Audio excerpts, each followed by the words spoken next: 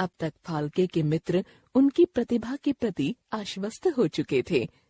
बरसात के महीने मुंबई में बिताने के बाद 3 अक्टूबर 1913 को दादा साहब अपना स्टूडियो मुंबई से नासिक ले गए। वहां पहुंचकर मोहिनी भस्मासुर फिल्म बनाई। इसके साथ एक लघु फिल्म पीठाचे पंजे भी बनाई। फिर सावित्री सत्यवान फिल्म बनाई। उन्होंने हाथ से चलने वाली मशीनों द्वारा केवल 8 माह में ये 3 फिल्में तैयार कर दी थीं। फाल्के ने अपनी सारी आय स्टूडियो को सुधारने में लगाई। उनका संपन्न मित्र भी आश्वस्त होकर आर्थिक सहायता देने लगा। तब तक फिल्मों का एक एक प्रिंट ही बनता था, जबकि मांग 20-20 प्रिंटों की थी। मांग की पूर्ति के लिए 25 से 30 हजार रुपये लगाकर विद्युत से चलने वाली मशीनें खरीदना जरूरी था। नए उपकरण खरीदने के लिए फाल्के फिर विदेश गए। अपने साथ अपनी फिल्में मोहिनी भस्मासुर और सावित्री सत्यवान के प्रिंट भी ले गए। वह इनके जरिए विदेश में अपनी भावी सफलता को परखना चाहते थे। जून 1914 में फाल्के लंदन के लिए रवाना हुए। लंदन में उनकी फिल्मों को बहुत सराहा गया। ब्रिटिश समाचार पत्रों में छपा कि तकनीकी दृष्टि से ये फिल्में उच्च कोटि की हैं। फाल्के को इंग्लैंड में ही रहकर फिल्में बनाने का आमंत्रण दिया गया, लेकिन फाल्के वापस हिंदुस्तान लौट आए और अपने मानस सुत भारतीय सिने जगत को नई ऊंचाइयों तक ले जाने में जुटे रहे। फाल्के की फिल्म लंका दहन 1917 में बनकर तैयार हुई। इस फिल्म का मुख्य आकर्षण था हनुमान की समुद्र पर उड़ान।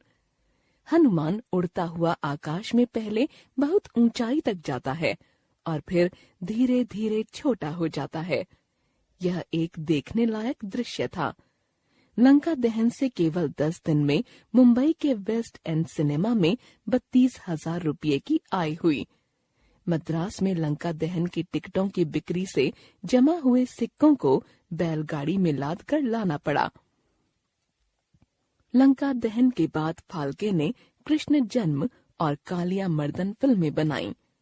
कृष्ण जन्म में कंस को जल और थल यानी हर स्थान पर कृष्ण ही दिखाई देते हैं। कृष्ण जन्म और कालिया मर्दन दोनों ही फिल्मों में कृष्ण की भूमिका फाल्के की बेटी मंदाकिनी ने की थी, जो उस समय 7 वर्ष की थी। फाल्के की रुचि सिनेमा के रचनात्मक पक्ष में भी थी, इसीलिए इन कथा फिल्मों के साथ साथ वे लघु फिल्में भी बनाया करते थे।